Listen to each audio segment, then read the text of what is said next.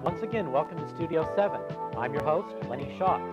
But for the first time, the Green Party has decided to run a candidate for the United States Congress. I am very, very honored to have that candidate with me here today.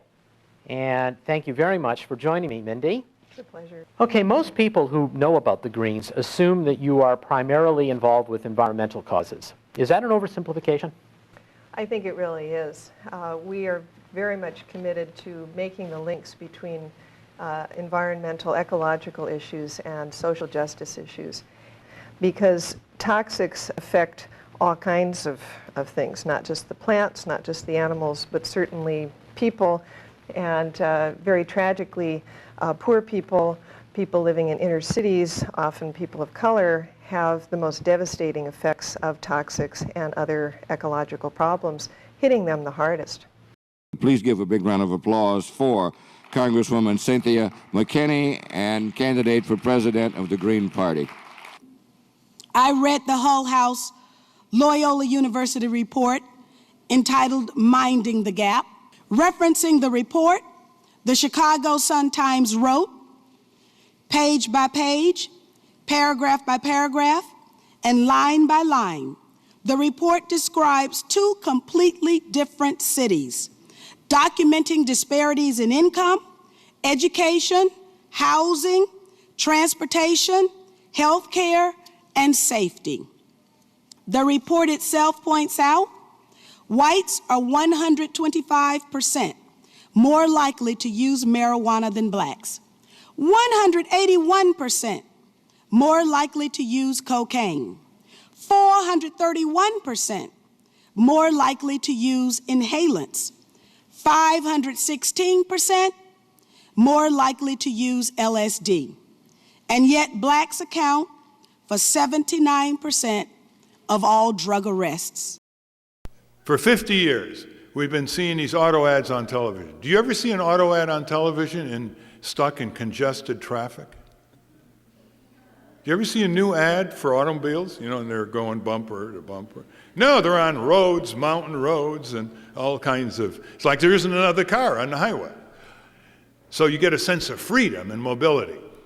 Instead of getting stuck in traffic 15 hours a week. People say we have a longer life expectancy in our country. Not if you subtract the years we spent stuck in traffic, we don't. Now, have you ever seen an ad for modern mass transit? Where people are going to work, sitting, relaxing, reading the paper, snoozing, chatting with their fellow passengers. You think you're paying $1.30 a gasoline, per gallon of gasoline, or $1.25?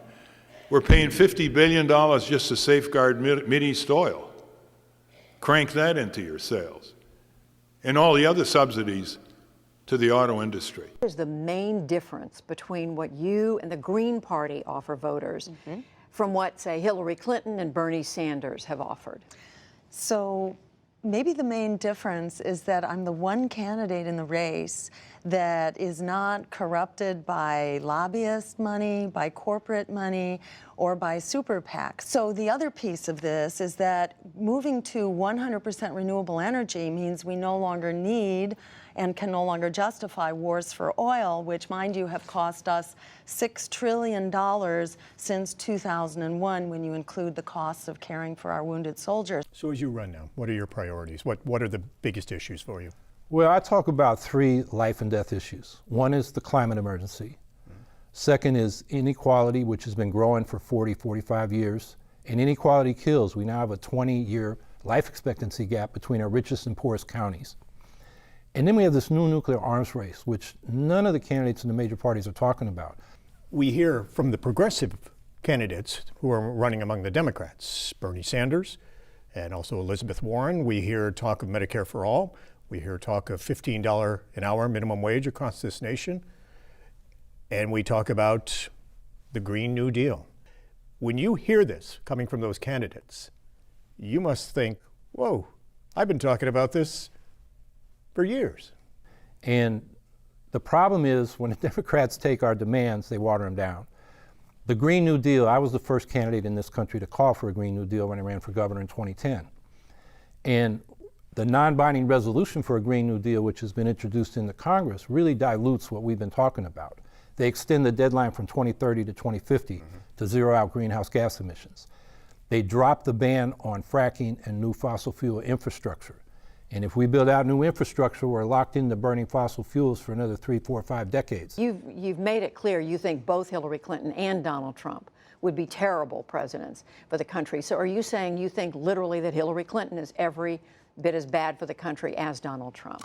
I wouldn't say there are no differences, but the differences are not enough to save your job.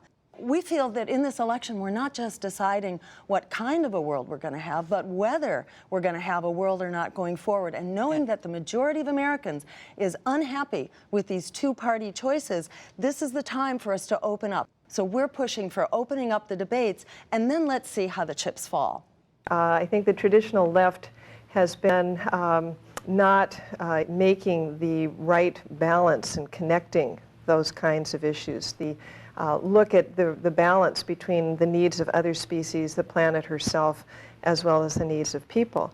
Also not being serious enough about making a thoroughgoing commitment to nonviolence. That's a very interesting thing to talk about. Well, let me just say something about that. I think that we may be seeing the subsiding of the enemy of communism, but we have the very forceful continuation of the enemy in terms of racism and sexism, and the kinds of struggles that we have to mount to continue to overcome racism and sexism, particularly in this country and in this society, are as large as they ever were, if not greater than the situation 20 years ago.